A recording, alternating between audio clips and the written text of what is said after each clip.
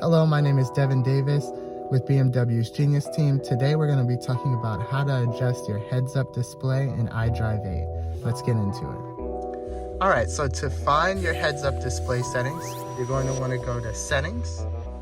Then the best way to kind of filter it out, you want to go to Vehicle Apps, so that way it only shows the apps specified for the vehicle. Then from there, you're going to want to go to Displays, and you'll see Heads-Up Display as the second option.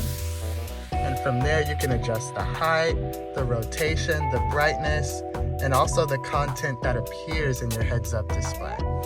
So for instance, if I were to adjust the height, you can see it move up and down in the heads-up display there.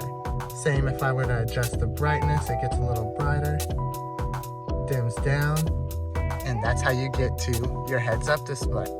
Again, my name is Devin Davis with Weatherford BMW's Genius Team, and that is our tutorial for today.